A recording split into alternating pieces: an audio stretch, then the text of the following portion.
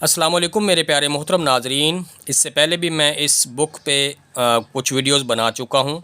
आप लोगों ने बहुत पसंद किए हैं क्योंकि ये एक पुरानी किताब है। आजकल शायद वाली बात हो कि ये मिले या ना मिले। ठीक है, तो इस बुक में देख सकते हैं आप ये कितनी पुरानी किताब है। इसमें से मैं आपको कुछ चीज़ें बताना चाहता हूँ, चंद सूरतों की फ़जीलत, जिसमें हम पहले तस्मीह से शुरू करेंगे।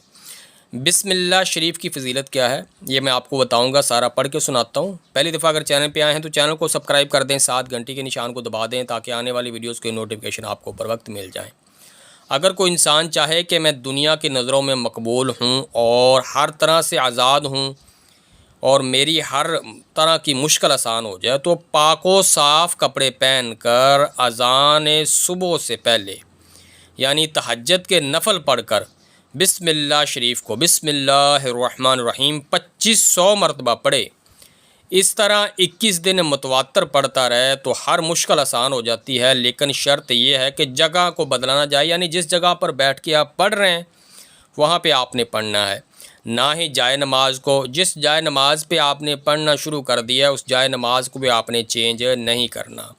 और तीसरी इसकी शर्त है, सिर्फ 2 ही कपड़े इस्तेमाल करे। एक चादर में कमर यानी एक चादर कमर में बांधे, एक ऊपर ओढ़े, यानी 2 अनसिले कपड़े, सिले हुए कपड़े ना हो, अनसिले कपड़े यूज़ करने। एक चादर आपने कमर पे बांधनी, एक चादर ऊपर ओढ़नी है, सिली हुई ना हो। अपने गिर्द आयतल कुर्सी और दुरूद शरीफ पढ़ कर लकीर खींचें, यानी आयतल कुर्सी पढ़ के दुरूद शरीफ पढ़ के गोल दायरा लकीर, यानी गोल दायरा जो होता है आपने ये इस तरह गोल दायरा जो है बना देना है। ये गोल दायरा आप उंगली की मदद से भी बना सकते हैं। ठीक है, गोल दायरा आयतल कुर्सी पढ़ते जाएं। ठीक है, उसके बाद दुरूद शरीफ पढ़ें और अपने गिर्द गोल दायरा बना लें। उसके बाद ये है कि इसमें कोई चीज़ यानी डरने की ज़रूरत नहीं, घबराने की नहीं। इसके फ़ायदे बेशुमार हैं।